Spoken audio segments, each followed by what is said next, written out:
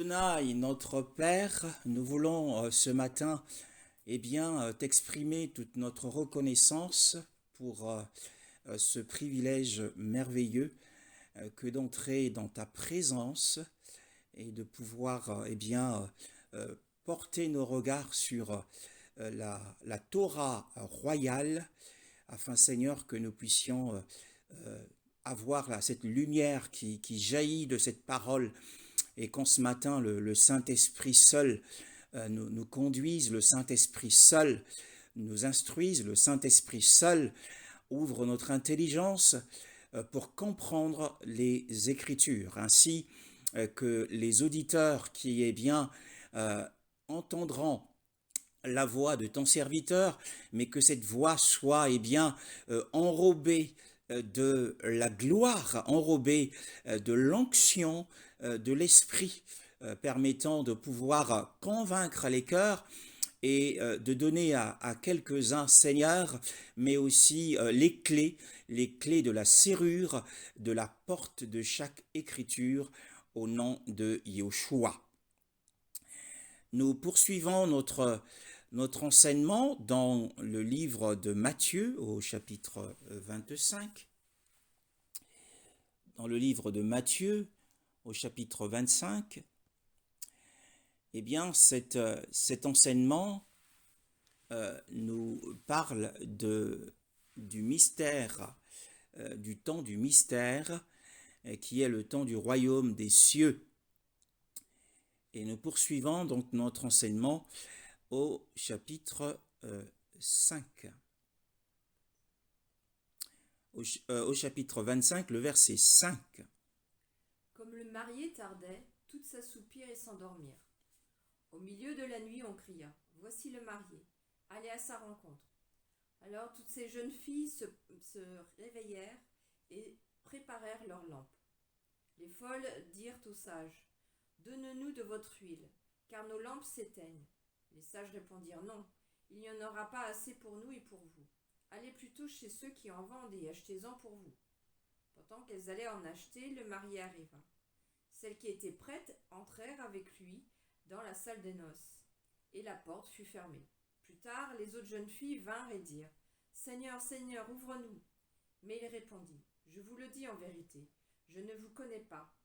Restez donc vigilants, puisque vous ne savez ni le jour ni l'heure où le Fils de l'homme viendra. » Oui, cette parabole prophétique se termine par cet avertissement et cette injonction d'Adonai et Yoshua disant « Veillez donc, car vous ne savez ni le jour ni l'heure où le Fils d'humain viendra. » Alors, il suffit tout simplement de faire une connexion entre cet avertissement de veiller avec le contenu de la parabole. L'expression « veillez donc » dans cette partie de l'écriture, dans cette partie du déroulé prophétique, cette expression n'est pas la même que dans d'autres parties des Écritures, notamment dans Matthieu 24, où Yeshua, de la même manière, demande à ses serviteurs de veiller. Là-bas, veiller prend une autre connotation, mais ici, dans cette partie de l'étude, ce mot veiller a une connotation, une connexion avec l'ensemble de la parabole uniquement. Et donc, définir le mot veiller ici ne consiste pas à être vigilant dans le sens de regarder ou d'observer à gauche ou à droite, mais ça a un rapport avec ce qui est développé dans cette parabole. La Bible dit au verset 5, la Bible dit, et comme l'époux tardait à venir, elles s'assoupirent et s'endormirent toutes. Et comme l'époux, eh bien c'était l'époux qui était attendu, c'était l'époux de leur espérance. La Bible nous parle de leur sortie, de la sortie qui n'est autre que la séparation volontaire du monde. Ce sont les filles d'Abraham, les 10 demoiselles. Ce sont les filles d'Abraham. Elles sont sorties du monde. Elles se sont séparées, elles sont dans la séparation, formant un corps séparé, un corps à part.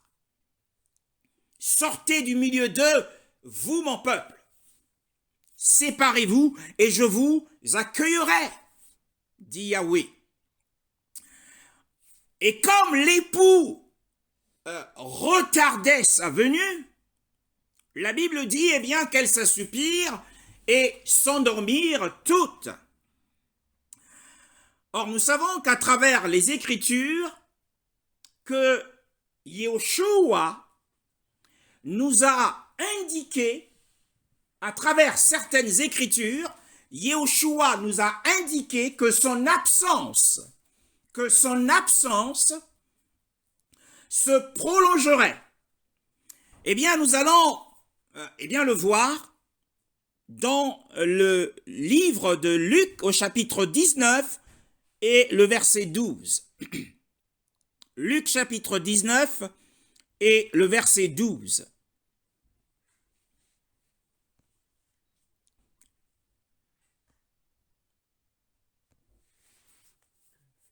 Il dit donc, un homme de haute naissance partait dans un pays lointain pour se faire désigner roi et revenir ensuite. Voilà. Dans ce passage, eh bien, au verset 19, il est dit, au verset 12, pardon, au verset 12, il est dit, eh bien, un homme noble s'en alla dans une contrée éloignée, qui se trouvait dans l'éloignement. C'était un pays éloigné pour recevoir un royaume et ensuite il devait revenir. Donc, le fait de se rendre dans un pays éloigné indique déjà que la durée de ce voyage est considérable. Dans le chapitre suivant, le chapitre 20, le verset 9, que nous dit la parole du Seigneur? Il se mit ensuite à dire cette parabole au peuple. Un homme planta une vigne, la loua à des vignerons et quitta pour longtemps le pays. Voilà. S'adressant au peuple, il leur, parla en parabole en disant, un homme planta une vigne et la laissa en location à des vignerons et s'en alla hors du pays pour longtemps. Un autre passage, puisque là, toute déclaration sera admise ou établie sur la bouche de 2 ou de 3 témoins. Le troisième passage est dans le dossier de Matthieu au chapitre 25 et le verset 9. Matthieu chapitre 25 et le verset 9. Les sages répondirent non, il n'y en aura pas assez pour nous. Non, pardon. Le verset 19. Longtemps après, le maître de ses serviteurs revint et leur fit rendre des comptes. Voilà. Dans ce troisième passage, il est également fait mention d'une durée considérable et longtemps après, le maître de ses esclaves vient et il règle ses comptes avec eux. Donc nous voyons que, le Seigneur indique, le Seigneur nous a dit clairement qu'il mettra longtemps avant de revenir, que la période d'attente sera très longue avant son retour. Donc il y a un délai et les causes, dans les 3 passages que nous avons lus, les causes de ce retard les causes de ce retard ne sont pas précisées. Le Seigneur ne précise pas à travers ces paraboles quelles sont les raisons qui feront que son retour soit retardé. Mais en tout cas, pour nous, nous le savons, notamment par le tout dernier, et longtemps après. Donc il y a une période, il y a un délai, il y a un sursis qui va durer assez longtemps. Et la Bible dit d'ailleurs que, nous allons le lire dans le livre des Actes des Apôtres, chapitre 1, le verset 7. Actes des Apôtres, chapitre 1, le verset 7, que nous dit la parole du Seigneur. Il leur répondit, ce n'est pas à vous de connaître les temps ou les moments que le Père a fixés de sa propre autorité. Voilà, ce n'est pas à nous en réalité de connaître les saisons et les motifs, concernant ces saisons et les motifs qui appartiennent au Seigneur seul.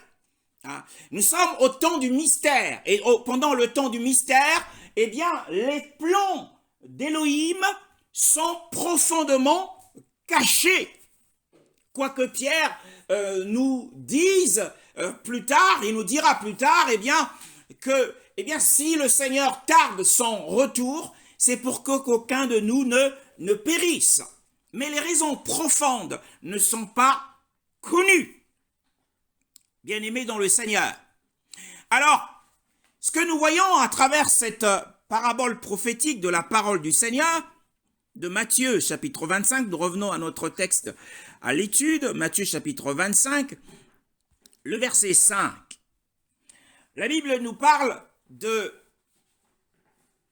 l'assoupissement et de l'endormissement de toutes les vierges. En réalité, toutes les vierges se sont assoupies et se sont endormies à cause du retard de l'agneau. Le point critique concernant l'époux, c'est que si les vierges se sont assoupies, si les vierges se sont endormies, c'est à cause du retard de l'époux. Et cet assoupissement et cet endormissement,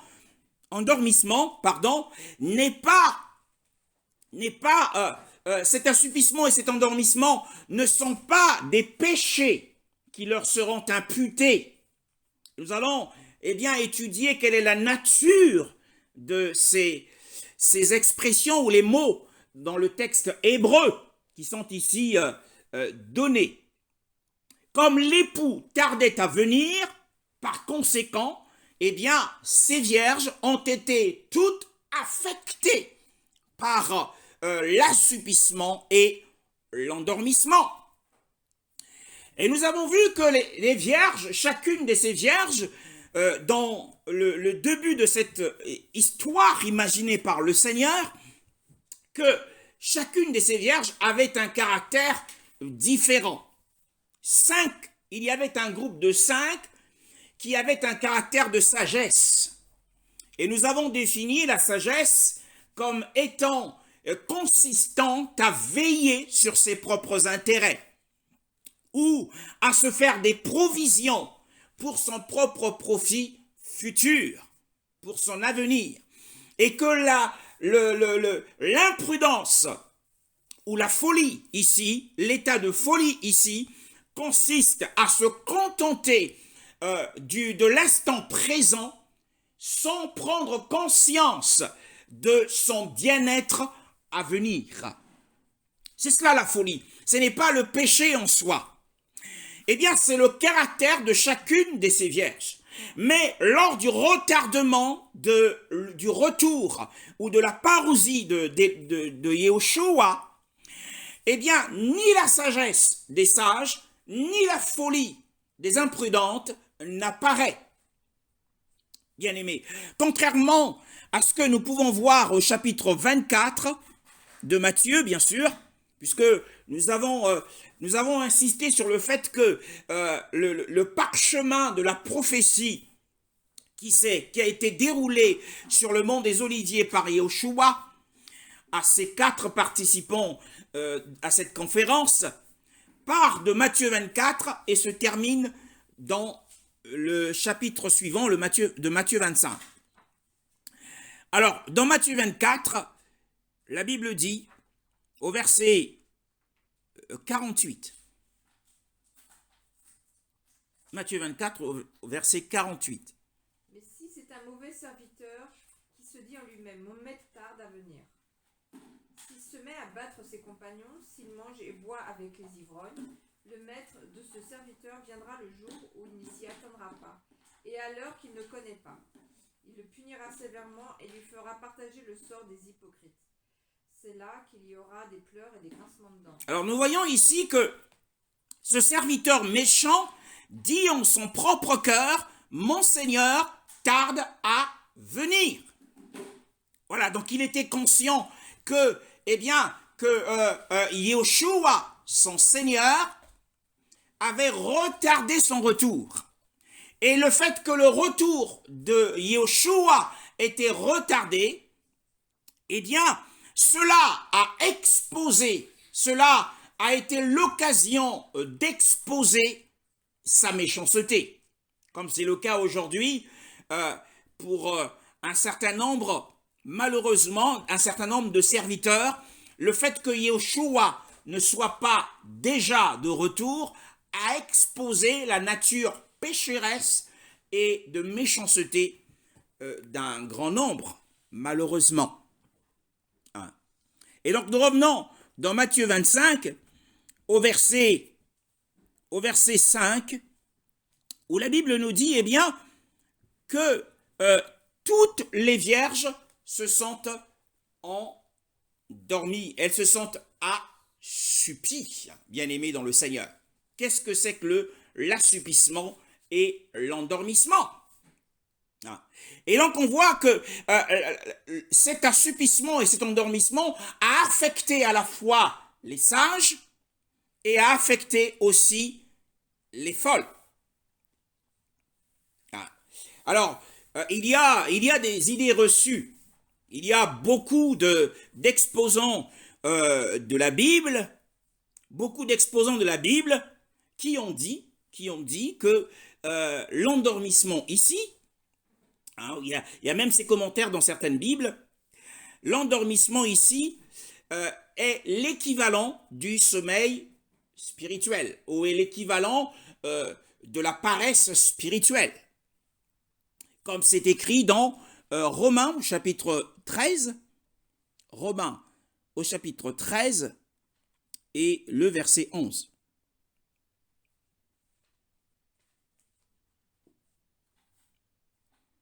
Romains chapitre 13 et le verset 11.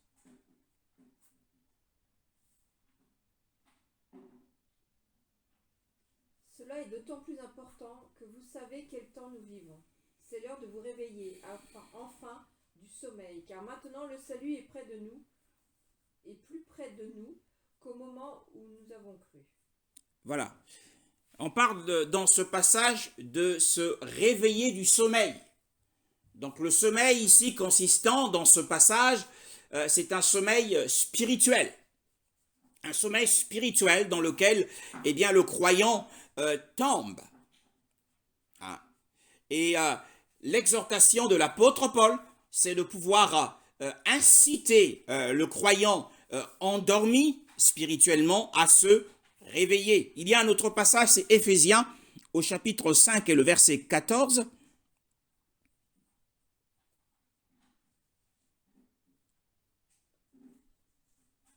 C'est pourquoi il est dit, réveille-toi, toi qui dors, relève-toi d'entre les morts et Christ éclairera. Voilà, donc c'est dans la même veine, cette parole vient dans la même ligne de pensée que le réveil ici de celui qui dort, c'est un endormissement spirituel, un réveil spirituel. Mais il n'en est pas ainsi dans ce texte. Nous allons le voir pas à pas, que cette interprétation est... Pour nous, cette interprétation est erronée. La Bible nous parle de leur endormissement, mais lorsque nous voyons le contexte de cette parole, le contexte de cette circonstance de Matthieu 25 au verset 5 et l'intervalle qui suit l'avènement d'Adonai Yoshua, eh bien tout indique qu'il ne s'agit pas ici d'un sommeil spirituel ou d'une paresse. Ce n'est pas le fait d'avoir oublié volontairement la venue du Seigneur, comme certains peuvent avoir oublié la venue certaine du Seigneur et s'être retournés dans le monde. Les vierges sages ne sont pas retournées dans le monde. Les vierges sages ne sont pas tombées dans le sommeil spirituel ici. Ce n'est pas le sommeil spirituel ici. Mais quelle est la nature de ce sommeil? Quelle est la nature de ce sommeil et quelles sont les preuves que nous avons à donner pour une réelle signification? En réalité, eh bien, nous lisons par exemple dans le livre des Hébreux au chapitre 7 et le verset 23. Hébreux au chapitre 7, le verset 23. De plus, il y a eu des prêtres lévétiques en assez grand nombre, parce que la mort les empêchait de rester en fonction. Alors, la Bible dit que la mort a empêché ces prêtres lévitiques de demeurer dans leur fonction. Le sommeil ici, c'est le sommeil de la mort. C'est le sommeil de la mort, bien-aimés dans le Seigneur. Et les vierges, nous avons dit que les vierges ont été affectées, toutes les vierges, qu'elles soient sages ou qu'elles soient folles. Et que la sagesse ici n'a pu absolument rien faire face à cette circonstance, face à cet ennemi. La sagesse s'est montrée impuissante face à la mort. Et la folie également s'est montrée impuissante face à la mort. Et nous le comprenons d'autant plus en lisant un autre texte du livre d'Ecclésiaste, le prédicateur, au chapitre 2 et le verset 14. Ecclésiaste au chapitre 2, le verset 14.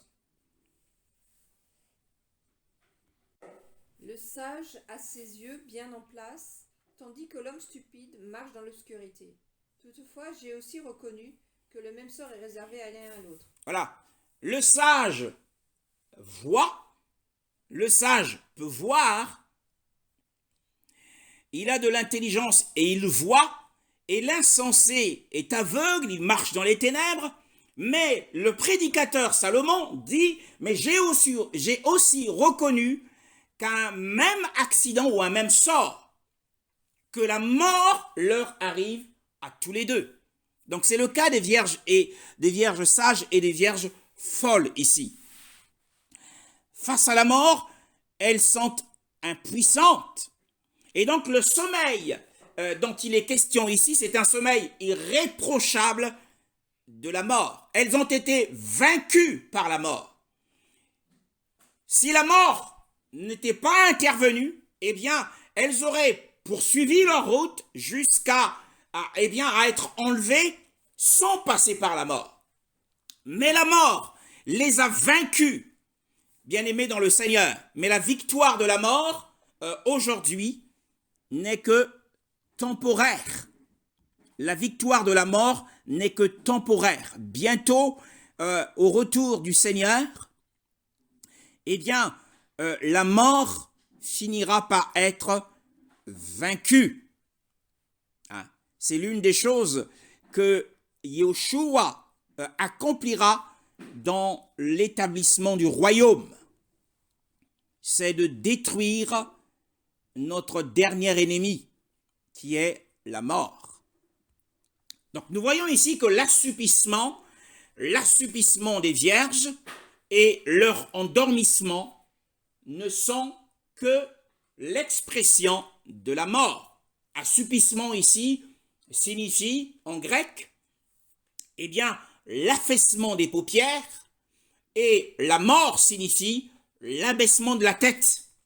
C'est le passage de l'état de veille à l'état d'inertie, à l'état d'endormissement. Et c'est passer de l'état, c'est avoir quitté l'état d'éveil pour être dans l'état d'endormissement. La mort ayant introduit l'âme en un certain lieu. Donc l'assoupissement ici, eh bien, nous parle de la vieillesse.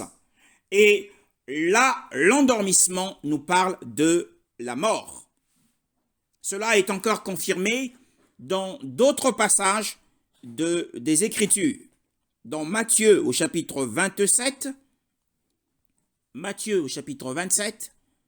versets 52 à 53. Matthieu chapitre 27, le verset 52 à 53. Les tombeaux s'ouvrirent et les corps de plusieurs saints qui étaient morts ressuscitèrent. Étant sortis des tombes, ils entrèrent dans la ville sainte après la résurrection de Jésus et apparurent à un grand nombre de personnes.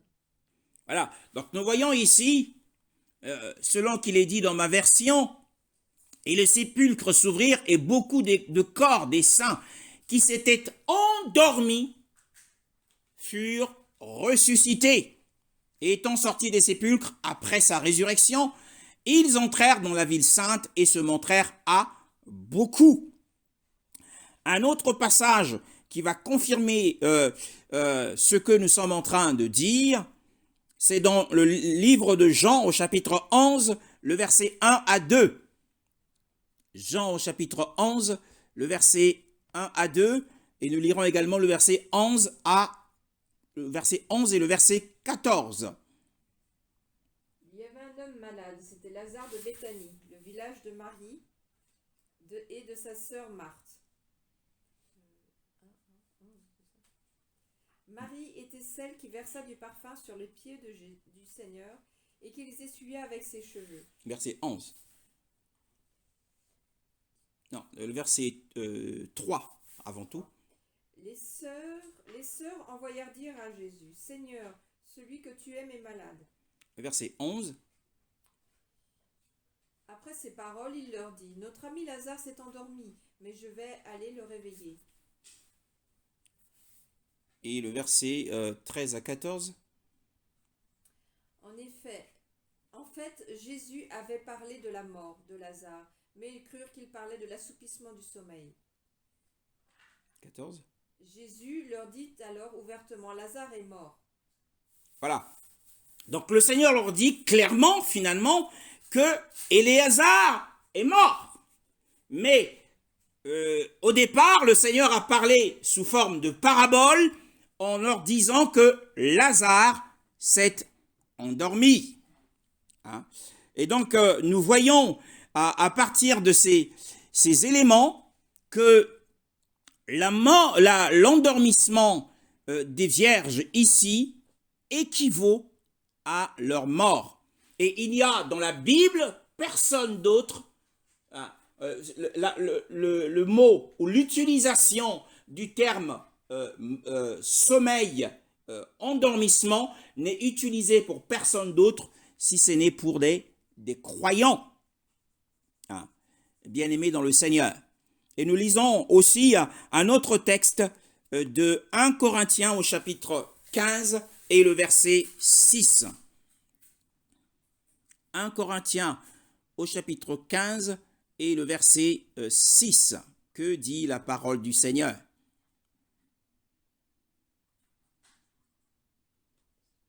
Après cela, il est apparu à plus de 500 frères et sœurs à la fois, dont la plupart sont encore vivants et dont quelques-uns sont morts.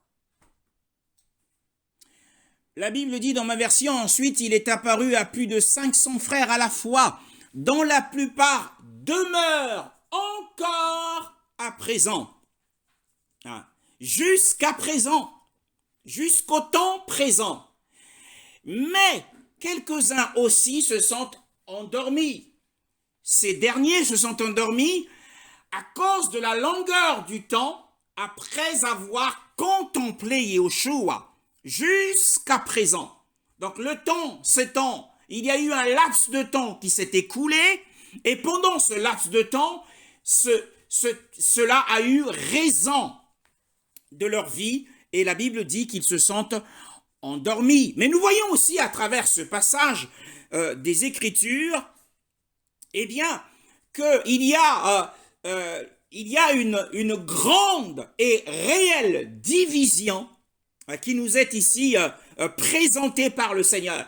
L'Église ici est présentée sous deux aspects, sous une grande et sur deux grandes et réelles divisions. Et l'Église sera donc semblable à l'avènement de Yahushua, au retour à la parousie du Seigneur.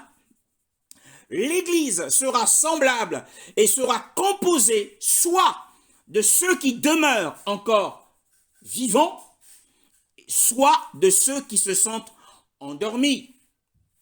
Et donc nous voyons que la majorité ici, nous l'avons dit, que 10 représentait la majorité, et que la majorité des croyants à l'avènement du Seigneur, la majorité sera décédée. La majorité des croyants sera décédée. C'est ici la pensée du Seigneur. À son avènement, lorsqu'il revient, lorsque, eh bien, le mouvement, lorsqu'il quittera les cieux, son trône, après le signal du Père, et qu'il descendra, eh bien, lors de cette parousie, eh bien, la majorité des croyants chrétiens sera décédée. La majorité sera décédée. Puisque nous le voyons aussi, puisque nous avons cité dans Matthieu chapitre 24, donc nous avons deux grandes divisions. La division des croyants vivants qui restent et des croyants endormis. Dans Matthieu chapitre 24, le verset 40, Matthieu 24, le verset 40. Alors 2 hommes seront dans un champ, l'un sera pris et l'autre laissé. Voilà. Donc nous avons ici la minorité qui sera présente à l'avènement du Seigneur. Mais la majorité des croyants sera décédée. Cette majorité ne sera plus sur la terre. Et revenons dans Matthieu 25, le verset 5, qui nous dit que elles s'assoupirent toutes et s'endormirent. Cet endormissement, quoique la parole du Seigneur le présente comme un ensemble, mais c'est un endormissement individuel qui s'effectue successivement selon les âges, depuis que l'annonce du retour de Yahushua a été prêchée à la Pentecôte. Donc il y a un temps qui s'écoule, et ce temps aujourd'hui, depuis que les croyants sont décédés, est estimé aujourd'hui à 2022 ans. Bien-aimés dans le Seigneur. Nous revenons à notre texte de Matthieu 25, le verset 6. Donc nous avons le regard de l'Écriture. Le regard de l'Écriture, et de quelle manière est-ce que l'Écriture contemple l'Église actuellement, ou contemplera l'Église à l'avènement de Yahushua, sous la forme d'une double division. Consistant à voir les croyants décédés et les croyants restant vivants, qui constituera la minorité. Les vivants seront la minorité à son avènement. L'un sera pris et l'autre laissé. Et nous aurons l'occasion de pouvoir étudier la condition des croyants, des laissés pour compte, lorsque nous passerons du temps sur la question de l'enlèvement de l'Église. Et alors, la Bible dit qu'elles s'assoupirent et s'endormirent toutes. Or, le verset 8, or, au milieu de la nuit, le verset 6, pardon. Or, au milieu de la nuit, il se fit un cri. Il se fit un cri. Un cri s'est fait entendre. Un cri s'est fait entendre au milieu de la nuit. Or, au milieu de la nuit, c'est-à-dire à minuit, un cri s'est fait entendre. Alors, à quoi correspond ici minuit? Eh bien, dans la vie, eh bien, minuit correspond. Minuit, qu'est-ce que c'est? Minuit, c'est le point. C'est le point à mi-chemin entre un jour et un autre jour. Par exemple, nous sommes le 23. Nous sommes le 23 octobre aujourd'hui. Et lorsque nous atteindrons minuit, nous passerons au 24 octobre 2022. Alors c'est le point critique, le point de passage à mi-chemin entre un jour et un autre jour. Or, pendant ce temps, ces vierges se sont endormies et leur sommeil n'a été interrompu par personne. Leur sommeil n'a pas été interrompu et leurs lampes, bien-aimées dans le Seigneur, leurs lampes ont continué à brûler. Leurs lampes n'ont pas été éteintes pendant leur mort. Qu'est-ce que cela signifie? Puisque nous le voyons dans les versets qui suivent, eh bien cela signifie que parce qu'elles étaient sur terre et qu'elles possédaient des bonnes œuvres, elles avaient créé eh bien une vision des choses. Et ayant quitté la terre, leurs œuvres ont continué à briller sur la terre. D'autres ont repris leur flambeau. Souvenez-vous, nous avons lu dans Philippiens chapitre 2, le verset 15, nous avons lu qu'aux yeux du Seigneur, nous sommes des flambeaux, des luminaires dans le monde, dans un monde mauvais. Et ces luminaires, c'est par leur conduite, c'est par leurs bonnes œuvres. Mais les bonnes œuvres que nous accomplissons sur terre sont généralement relayées par d'autres. Et donc, c'est pour cette raison que leur flamme reste allumée. La Bible nous dit que ces vierges s'endormirent toutes. Et au milieu de la nuit, c'est-à-dire lors du passage d'un jour à un autre, sur ce point de passage, eh bien, un cri s'est fait entendre. Nous avons dit qu'il y a un jour et un autre jour. Puisqu'à minuit, nous avons un jour, la fin d'un jour et le début d'un nouveau jour. Et ce nouveau jour, qu'est-ce que c'est? Eh bien, ce nouveau jour n'est autre que l'âge à venir, l'âge glorieux à venir, n'est autre que le siècle à venir.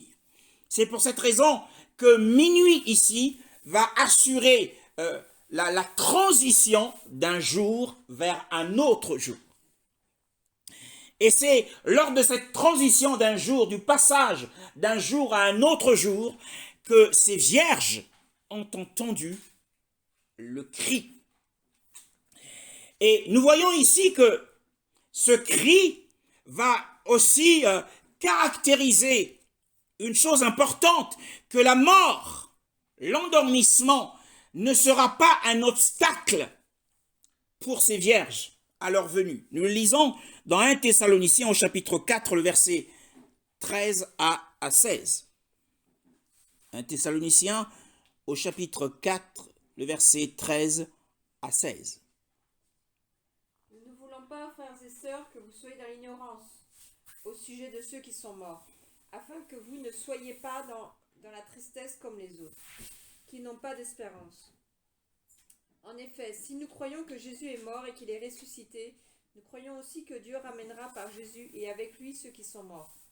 Voici ce que nous vous déclarons d'après la parole du Seigneur. Nous les vivants, restés pour le retour du Seigneur, nous ne devancerons pas ceux qui sont morts.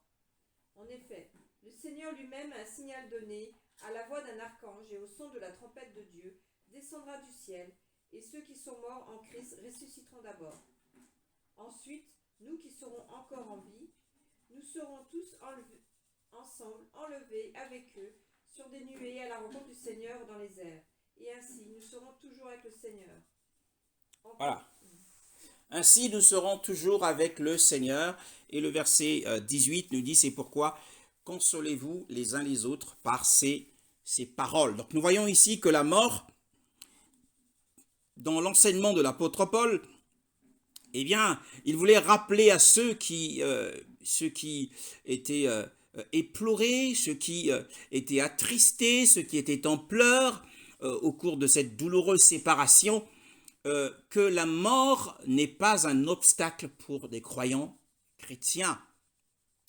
Hein, nous ne soyons pas attristés comme les autres, aussi qui n'ont pas d'espérance. Car si nous croyons que Yahushua est mort et qu'il est ressuscité, de même aussi ceux qui dorment en Yahushua, Elohim les ramènera avec lui. Car nous vous disons ceci par la parole du Seigneur, c'est que nous les vivants, restés pour la parousie du Seigneur, nous ne précéderons jamais ceux qui dorment. C'est pour cette raison, bien-aimés, que nous étudions maintenant la question de la résurrection. Mais là, nous sommes en train de survoler la question de la résurrection et nous en parlerons avec force détail au cours d'un autre sujet. Mais pour aujourd'hui, nous allons mettre l'accent uniquement sur la parabole. Nous parlerons sans doute dans 15 jours, nous parlerons de la résurrection en long et en large. Mais nous, ici, nous allons nous arrêter sur la teneur de cette parabole prophétique. Hein. Et nous ne précéderons pas ceux qui dorment, et parce que le Seigneur lui-même, avec un cri de commandement, et donc ce cri de commandement, c'est le même que les vierges sages ont entendu. Ah, bien aimé, c'est important de le savoir, le cri de commandement et la voix de l'archange et la trompette d'Élohim ne sera, ce cri et cette voix et cette trompette ne seront entendus que par les morts, par ceux qui sont décédés. Ceux qui seront restés vivants n'entendront ni cri, ni voix d'archange, ni son de trompette. Ceux qui sont vivants n'entendront ni cri, ni voix d'archange, ni son de trompette. Parce que le Seigneur l'a dit, dans Matthieu 24, il l'a dit, soyez vigilants. En réalité, on va le lire dans Matthieu 24, le verset 24. Matthieu 24, le verset 24. Matthieu 24, le verset 27 plutôt.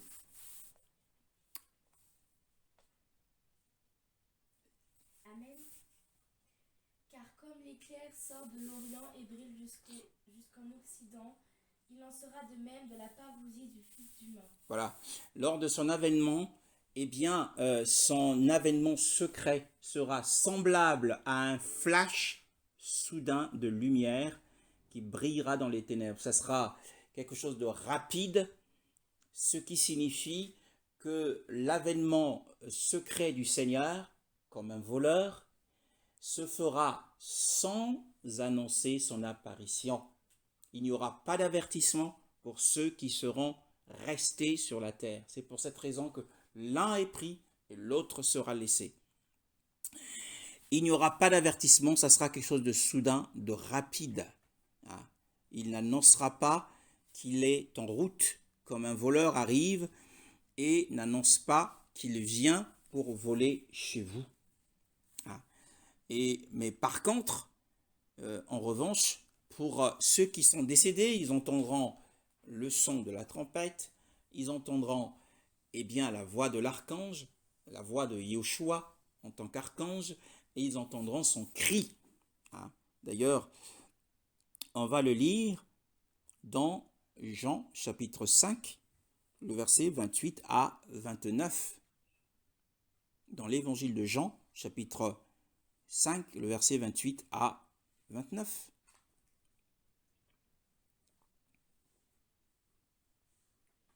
Ne vous en étonnez pas, car l'heure vient où tous ceux qui sont dans les tombeaux entendront sa voix et en sortiront. Ceux qui auront fait le bien ressusciteront pour la vie, mais ceux qui auront fait le mal ressusciteront pour le jugement. Voilà. Ceux qui auront fait le mal, leur résurrection se fera jusqu'au moment du jugement. En fait, en réalité, dans une des versions, il est dit jusqu'à la résurrection du jugement. Ils seront encore dans les tombeaux, puisque la résurrection, la première résurrection, c'est la résurrection bienheureuse qui concerne les justes. Donc il y a deux événements importants dans le verset 29 de ce passage. Et donc nous voyons qu'ils entendront la voix du Fils d'Élohim, et à travers ce cri, Yoshua les appellera à sortir du tombeau. Et la Bible dit d'ailleurs dans le passage que nous sommes en train de lire, dans Matthieu chapitre 25, voici l'époux. Voici l'époux. Comment c'est dit dans ta version? Voici le marié. Voici le marié, oui. Voici le marié, allez ou sortez à sa rencontre. Donc l'avertissement, le commandement et l'exhortation ne seront donnés qu'aux croyants décédés. Voici, eh bien, l'époux. Non pas qu'il est déjà là, mais qu'il est en route. Il est en route pour atteindre la salle de bal. Il est en route. Le marié est en route. Nous avons dit lors de la dernière réunion que les 10 vierges sont les demoiselles d'honneur. Mais où est la mariée? Où est la mariée? Eh bien, pour le savoir, il faut parcourir les Écritures, et notamment dans le livre de l'Apocalypse, au chapitre 21. Apocalypse au chapitre 21.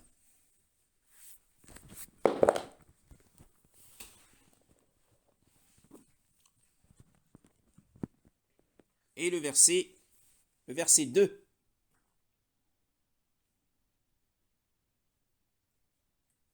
Amen. Amen. Et moi, Yohanan, je vis la ville sainte, la nouvelle Jérusalem, descendant du ciel d'auprès d'Élohim, préparée comme une épouse qui s'est ornée pour son époux. Voilà. Comme une épouse, dit le prophète Jean. Et le verset 9 à 10. Puis un des 7 anges qui tenait les 7 coupes remplies des 7 derniers fléaux vint m'adresser la parole et dit : Viens, je te montrerai la femme, l'épouse de l'agneau. Il me transporta en esprit sur une grande et haute montagne et me montra la ville sainte, Jérusalem, qui descendait du ciel d'auprès de Dieu. Voilà. Je te montrerai l'épouse de l'agneau, la femme. Et il me transporta en esprit sur une grande et haute montagne, et il me montra la grande ville, la sainte Jérusalem, descendant du ciel d'auprès d'Élohim. Donc Yoshua qui descend, l'époux vient, et lorsque l'époux vient, quel est le lieu de la rencontre? Quel est le lieu de la rencontre? Le lieu de la rencontre entre l'époux et les vierges. Entre l'époux et les vierges, quel est le lieu de la rencontre? Eh bien, il faut le lire dans 1 Thessaloniciens, que nous avons lu tout à l'heure, au chapitre 4, et le verset 17. Le lieu de la rencontre. 1 Thessaloniciens, chapitre 4, le verset 17.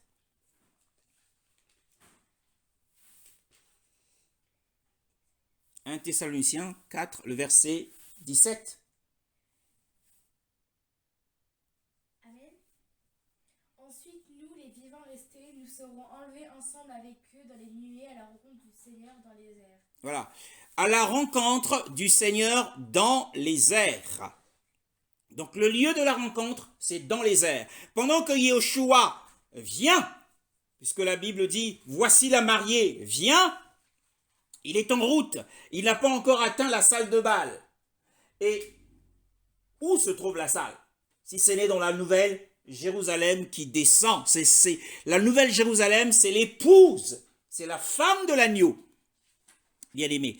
Et dans le texte que nous avons lu, d'Apocalypse chapitre 21, le verset 11, que nous avons lu tout à l'heure, la Bible dit, le verset 11, « Ayons la gloire d'Élohim ». La nouvelle Jérusalem était environnée de la gloire d'Élohim, et son luminaire est semblable à une pierre très précieuse, comme à une pierre de jaspe, transparente comme du cristal. Et en réalité, ces vierges qui ont entendu cette exhortation ont été appelées, d'après Matthieu 25, le verset 7, ont été appelées à sortir pour aller à sa rencontre. Or, ce qui est étonnant, c'est que au verset 1, il leur avait été, elles sont sorties par elles-mêmes. Et là, la voix, le cri du commandement, ou la voix de l'archange, ou le son de la trompette, les appelle à nouveau à sortir. La première sortie du verset 1 de Matthieu 25 correspond à leur sortie volontaire du monde. La première sortie, c'est la sortie volontaire du monde. Elles sont volontairement sorties du monde. Comme Yahweh avait dit à Abraham, sors de ta terre, va pour toi hors de ta terre, de ta patrie, et de la maison de ton père vers le pays que je te montrerai. Genèse chapitre 12, le verset 1. Donc, la première sortie correspond à leur sortie volontaire du monde. La première sortie correspond également à la sanctification de l'esprit. La première sortie correspond à leur sortie volontaire du monde. Et la deuxième sortie correspond à leur sortie de l'intérieur de la tombe. Bien-aimés dans le Seigneur. Leur deuxième sortie correspond à leur sortie de l'intérieur des tombes. La première, c'est leur séparation volontaire du monde, c'est la sanctification de l'esprit, et la deuxième sortie correspond à leur sortie volontaire du monde, mais aussi à la rédemption de leur corps. La première sortie, c'est la sanctification de l'esprit, et la deuxième sortie, c'est la rédemption de leur corps. Elles sortirent toutes. La Bible dit, toutes les 10 vierges sortirent des tombeaux, bien-aimés dans le Seigneur. Elles n'ont rien perdu de leur condition, de leur caractère intérieur, qui est cette robe de justice, la virginité. Elles sont restées impeccables, immaculées. Donc c'est encore une autre preuve qui montre que le sommeil ici, ce n'est pas le sommeil nocif du péché. Ce n'est pas le sommeil de la paresse spirituelle. Ce n'est pas le sommeil de l'oubli, de l'oubli coupable de la venue du Seigneur ou du retour dans le monde. Ce n'est pas ce sommeil-là, ce n'est pas le sommeil spirituel, mais c'est le sommeil de la mort contre lequel on ne peut absolument rien. Personne ne peut résister à ce sommeil. Personne ne peut résister au sommeil de la mort jusqu'à ce que le Seigneur vienne et détruise la mort. Donc, involontairement, elles sont mortes, ces vierges. Et le Seigneur ne va pas les réprimander. Et la mort ici, bien aimé dans le Seigneur, intervient comme une circonstance. La mort des vierges intervient comme une circonstance qui met un terme à l'opportunité de pouvoir remédier, bien aimé, à l'erreur. Quelle erreur? Ici, l'erreur des vierges, c'est de ne pas avoir pris un approvisionnement en huile. Elles ne se sont pas approvisionnées en huile. Et c'était la grande erreur. Elles ne se sont pas rendues compte de cela. Et la mort est intervenue. Et il était trop tard. Il était trop tard. Nous avons aujourd'hui encore l'opportunité, bien aimé dans le Seigneur, l'opportunité de désirer avec ardeur les pouvoirs surnaturels. Nous avons l'opportunité encore aujourd'hui, comme le dit l'apôtre Paul, dans 1 Corinthiens au chapitre 14 et le verset 1, il le dit, recherchez la charité et aspirez ou désirez ardemment avec ardeur, mes frères, les dons spirituels. Hein? Nous connaissons un homme qui avait ce désir. Un homme qui était habité de ce désir. Il n'était pas satisfait de sa vie chrétienne. Il avait besoin de la puissance des miracles et des guérisons.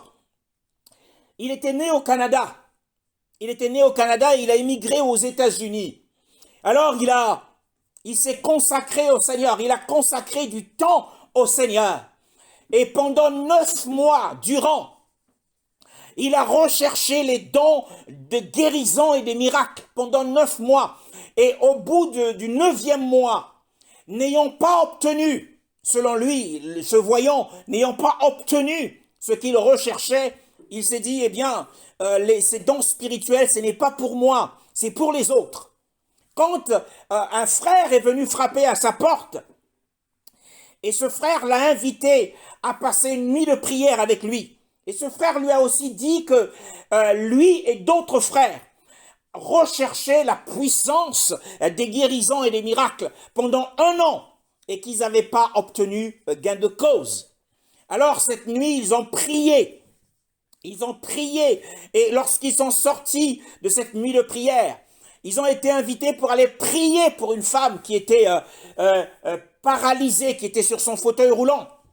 Et lorsqu'ils sont entrés dans la maison de cette femme, la puissance électrique d'Élohim est tombée à électrifier le corps de ce frère qui pendant 9 mois avait recherché avec ardeur la puissance de guérison. Alors il a imposé sa main sur cette dame qui était paralysée. Et ce courant de puissance a traversé sa main et a relevé la femme. Et à partir de ce jour-là, ce frère est rentré dans un ministère de guérison inégalé qui ressemblait au temps des apôtres à l'église primitive. Hein? Bien aimé, au cours de son ministère, il y a eu plus de 100 000 personnes qui ont été guéries de toutes sortes de maladies et de guérisons, d'infirmités. Et c'était des guérisons authentiques et authentifiées par des examens médicaux. Et cet homme, c'est John Lake, pour ceux qui le connaissent.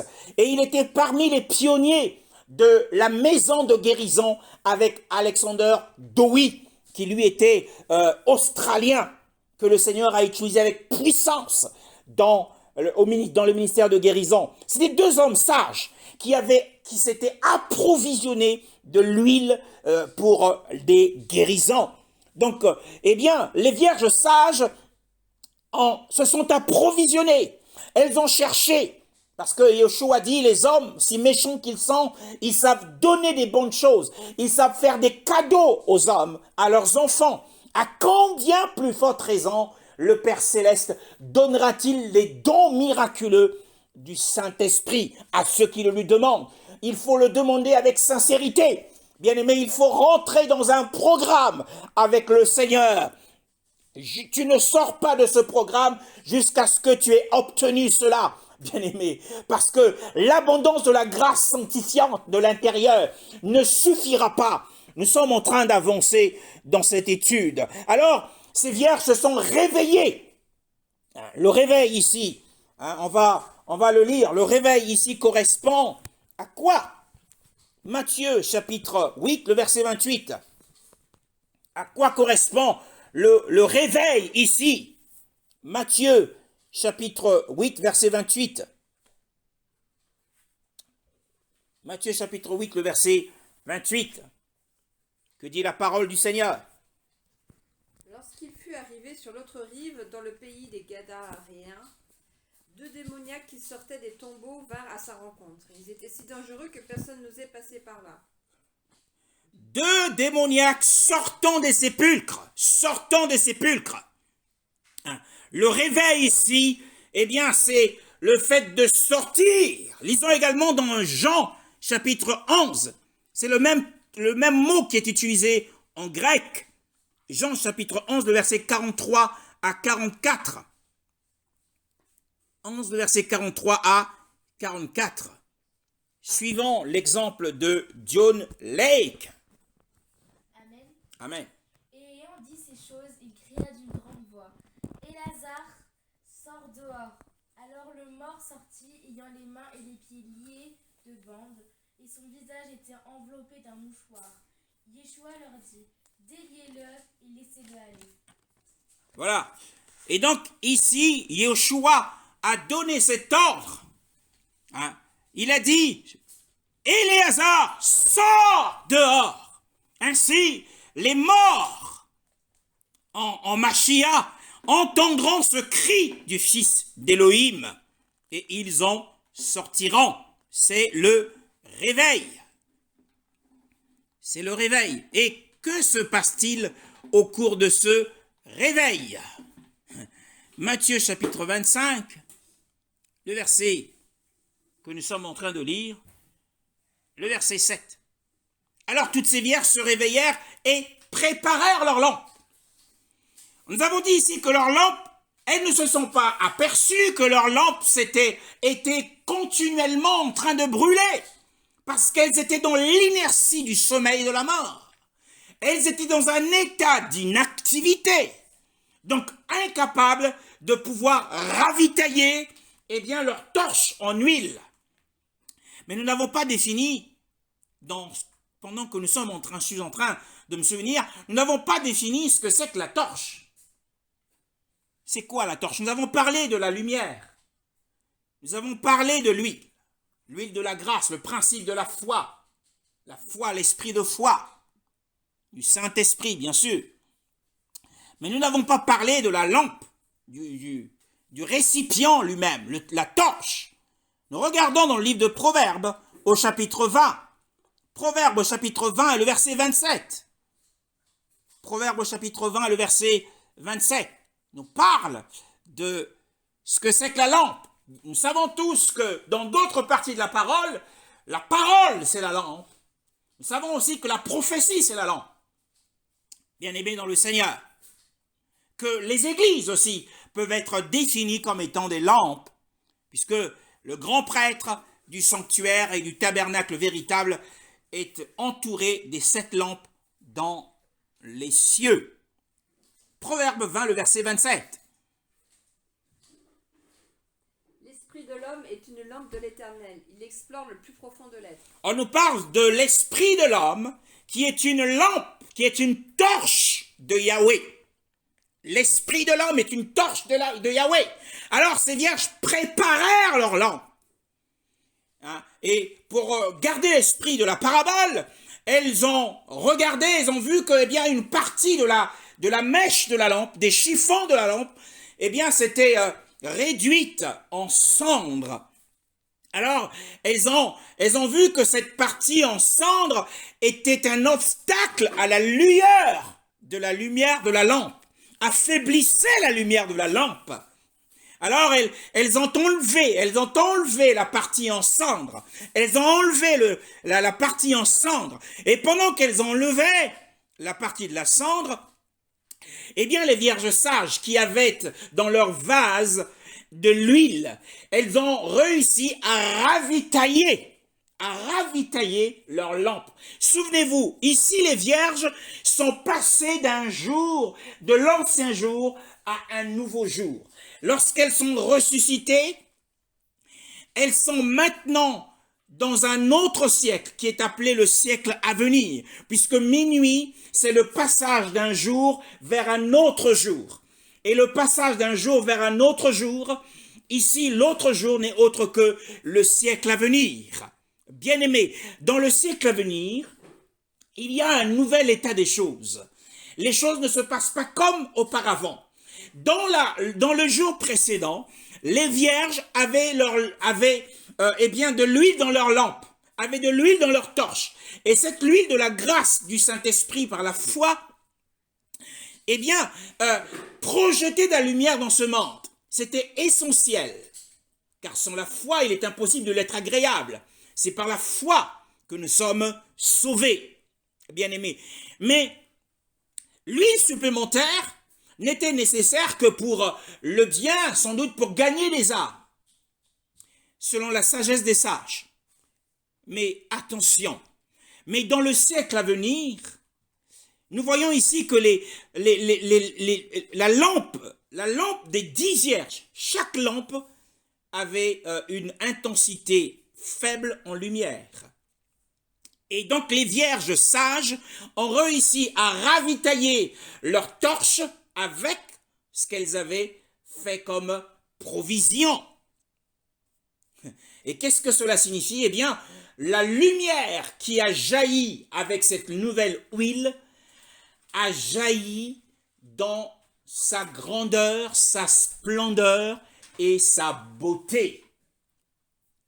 La lumière qui jaillit de la torche dans l'âge à venir, c'est une lumière de splendeur, une lumière de beauté et une lumière de gloire.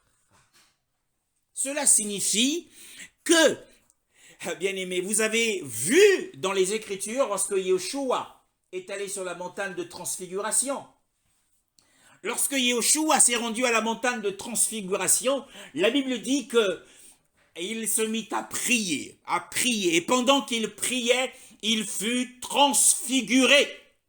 Il fut transfiguré, c'est-à-dire qu'une lumière est sortie de lui, a traversé ses vêtements, a blanchi ses vêtements, et la lumière était tellement forte que les disciples ont dit que cette lumière était semblable au soleil lorsqu'il brille dans sa force. C'était la gloire du royaume en miniature. Et Élie et Moshe qui étaient là, étaient aussi environnés de la gloire. Mais leur gloire était moindre par rapport à la gloire qui émanait de Yeshua. Nous savons qu'aujourd'hui, lorsqu'on a du soleil, eh bien, nous capitalisons du soleil sur notre corps. Nous recevons du soleil. Nous prenons un bain de soleil. Nous recevons du soleil. Mais jamais un corps humain n'a reflété, n'a fait jaillir de la lumière de lui. À part Yeshua et à part Moshe.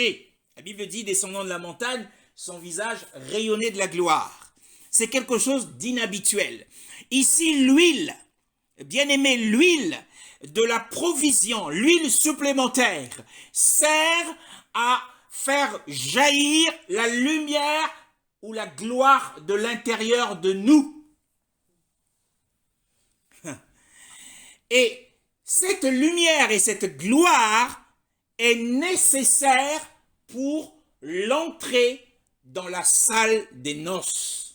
Nous avons vu que cette nouvelle Jérusalem était revêtue de la gloire d'Élohim, avec la lumière d'Élohim, semblable à de la pierre précieuse, comme du jaspe ou comme une matière cristalline, bien aimée dans le Seigneur.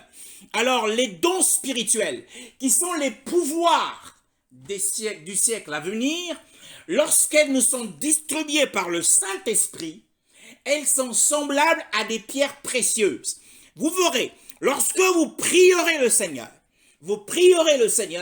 Et lorsqu'il vous accordera un don de puissance, il vous le donnera sous forme d'image. Et cette image est une pierre précieuse, Peut-être que ça sera du diamant, peut-être que ça sera de l'émeraude, on ne le sait pas, mais c'est le Seigneur qui le sait. Il sait comment il vous donnera cette pierre précieuse ou l'huile. C'est le don des miracles, c'est le don des guérisons que vous recevrez et qui sera dans votre corps, qui est votre vase. Souvenez-vous, nous avons lu lors de la dernière réunion que l'apôtre Paul dit que nous avons dans notre vase de terre, nous portons dans notre vase de terre ce trésor afin que l'excellence de la puissance soit attribuée à Elohim et non pas à nous. Nous l'avons lu dans 2 Corinthiens chapitre 4. Eh bien, le trésor, ce sont des pierres précieuses qui sont déposées par le Saint-Esprit. Et c'est pour cette raison que l'apôtre Paul dit à Timothée, garde le dépôt. Il va déposer quelque chose en vous.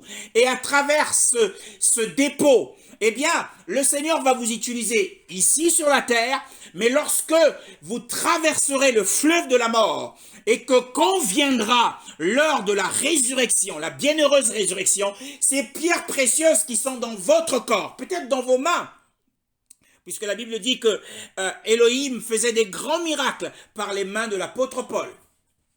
Peut-être que dans vos mains, peut-être que dans votre tête, pour vous donner une vision ouverte, une connaissance surnaturelle des choses. Parce que si vous avez une vision ouverte, bien aimé, vous aurez un ministère prophétique redoutable. Eh bien, ces pierres précieuses en vous vont briller de mille feux à la résurrection. À la résurrection, eh bien, ce sont ces pierres précieuses qui vont briller, votre corps va briller de la gloire d'Elohim. Et c'est cette gloire sur les corps ressuscités qui sont le prix, qui vous donne accès à la salle de noces. Eh bien, c'est cette gloire qui est requise pour suivre le cortège nuptial jusqu'à la rencontre du Seigneur. Et c'est pour cette raison que la préparation des lampes correspond à une prise de conscience de ce qu'on a ou de ce qu'on n'a pas.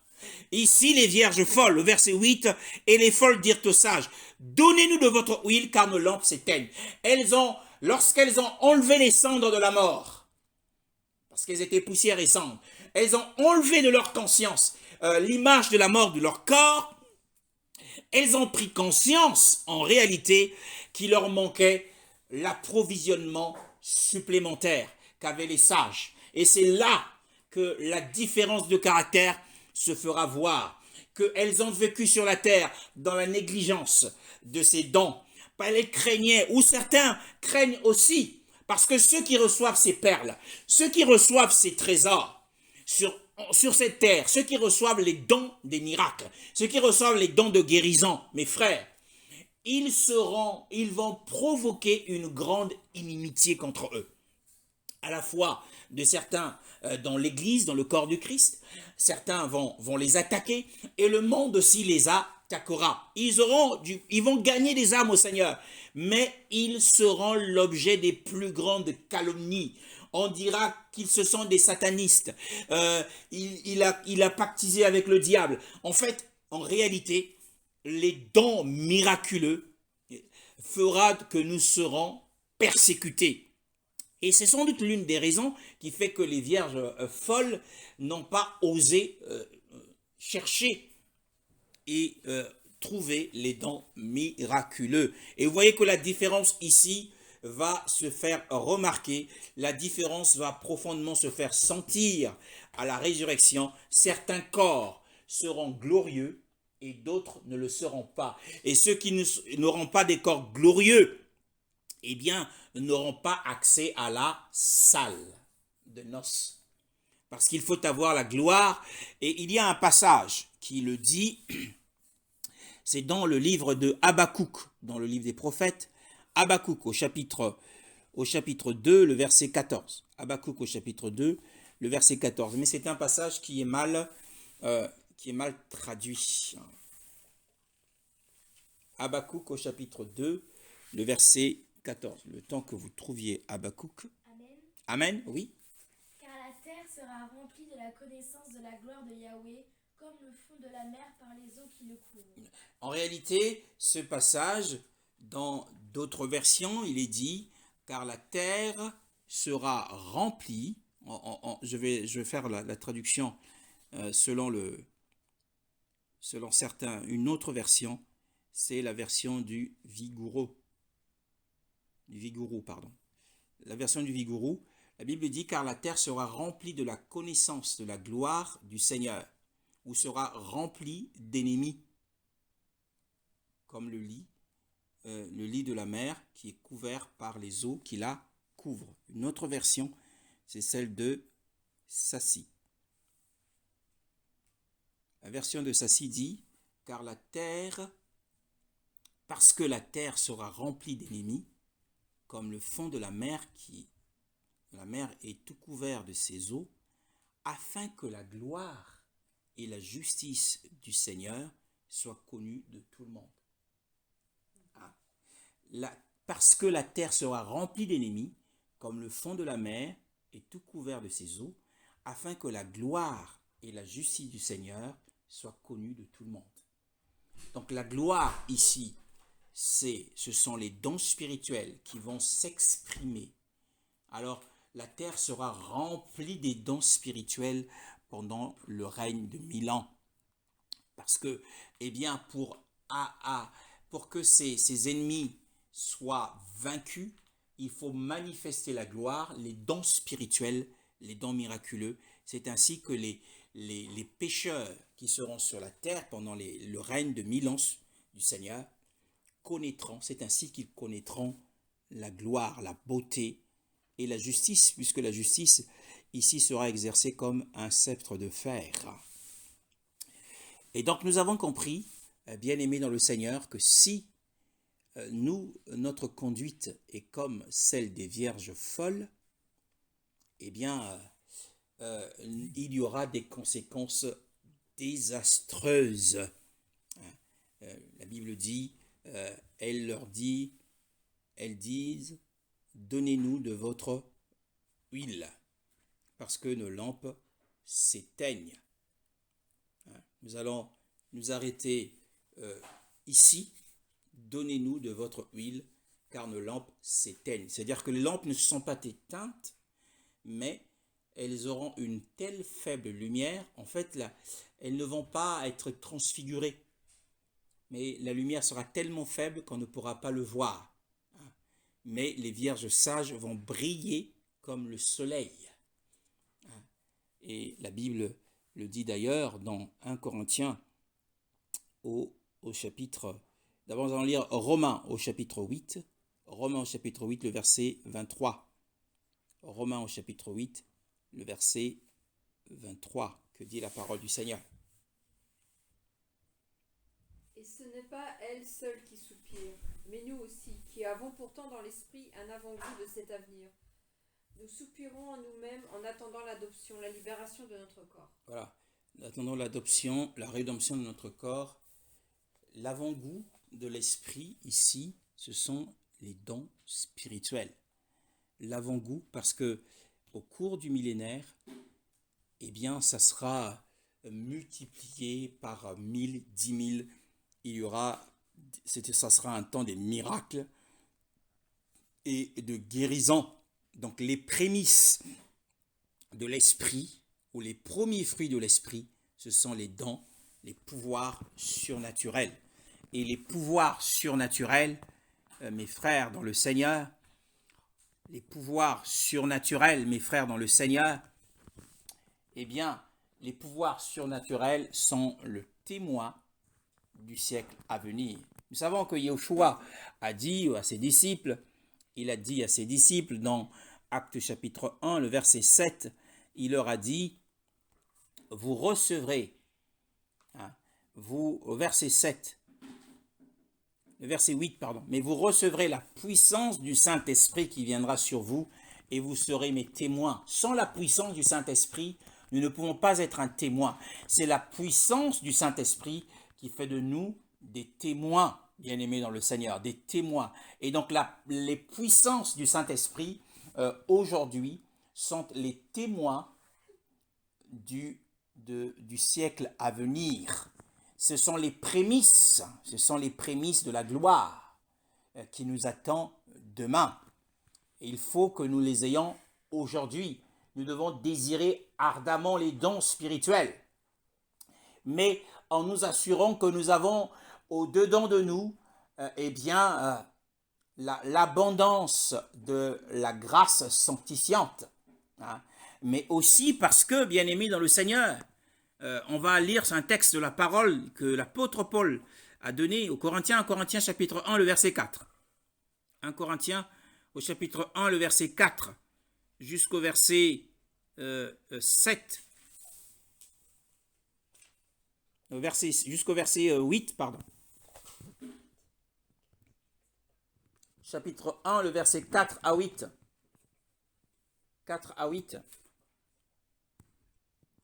Je dis constamment à mon Dieu toute ma reconnaissance à votre sujet pour la grâce de Dieu qui vous a été accordée en Jésus-Christ. En effet, en lui vous avez été comblés de toutes les richesses, en particulier en ce qui concerne la parole et la connaissance, dans la mesure où le témoignage de Christ a été solidement établi parmi vous.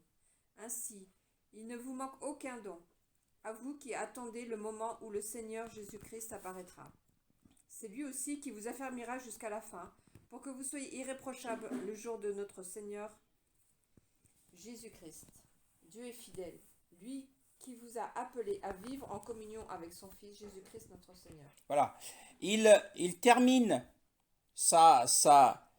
la mention qu'il est en train de faire en disant, eh bien, qu'il vous affermira aussi jusqu'à la fin pour être irréprochable au jour de notre Seigneur Yahushua Mashiach. Au jour de notre Seigneur Yahushua Mashiach, bien-aimé dans le Seigneur. Au jour de notre Seigneur. Et il dit au verset 7, « Ainsi, il ne vous manque aucun don de grâce. » Aucun don de grâce pour être irréprochable.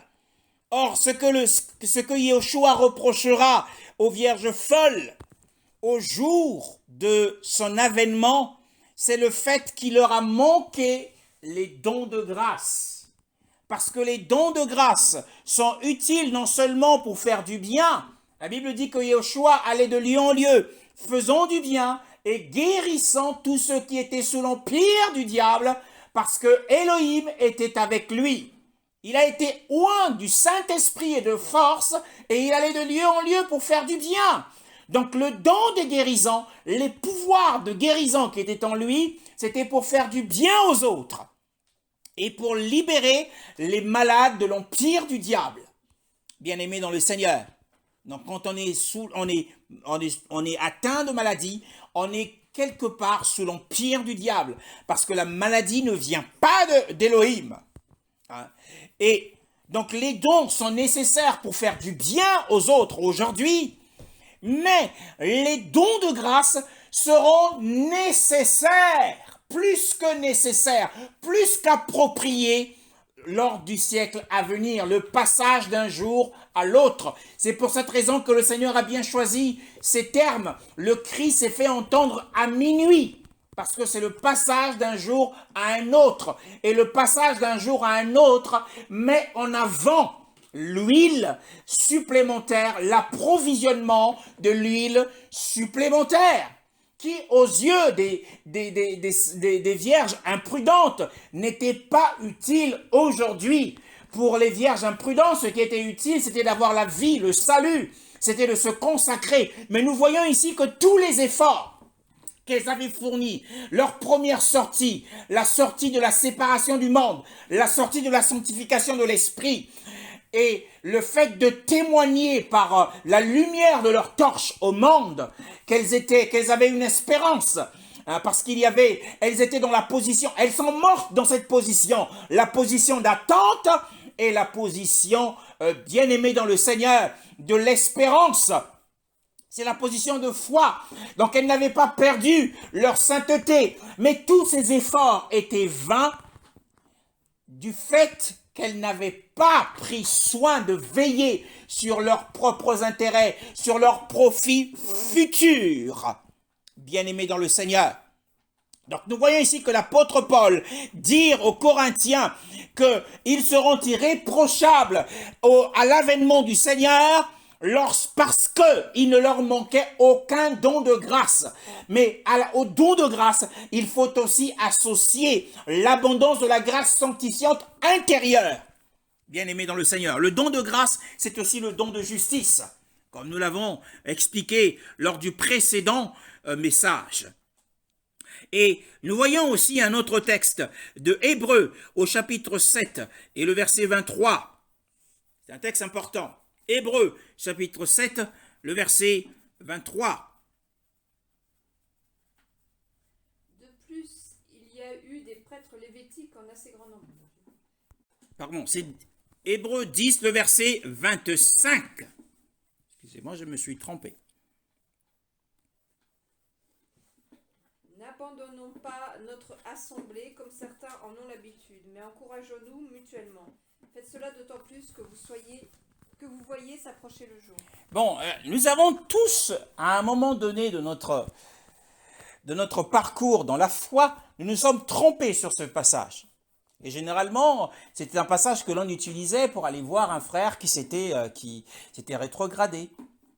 Et nous lui martelant avec ce passage en disant, il est écrit, n'abandonnez pas votre assemblée, comme c'est la coutume de quelques-uns, mais exhortons-nous les uns les autres, et cela d'autant plus que vous voyez approcher le jour. Le jour, ici, c'est le jour de l'avènement de Yeshua dans les airs.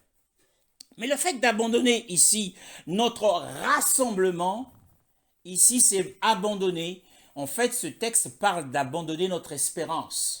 C'est d'oublier, c'est l'oubli coupable de l'espérance de l'avènement du Seigneur. Le rassemblement ici, c'est le rassemblement dont l'apôtre Paul parle dans 1 Corinthiens chapitre 4, le verset 17 que nous avons lu. Notre rassemblement dans les airs. Hein? Donc, n'abandonnons pas notre espérance de soit la résurrection, soit l'enlèvement. C'est ce que, ici, l'apôtre Paul, à travers cette lettre des Hébreux, c'est la lettre de l'apôtre Paul, écrite en hébreu et traduite en grec par le docteur Luc.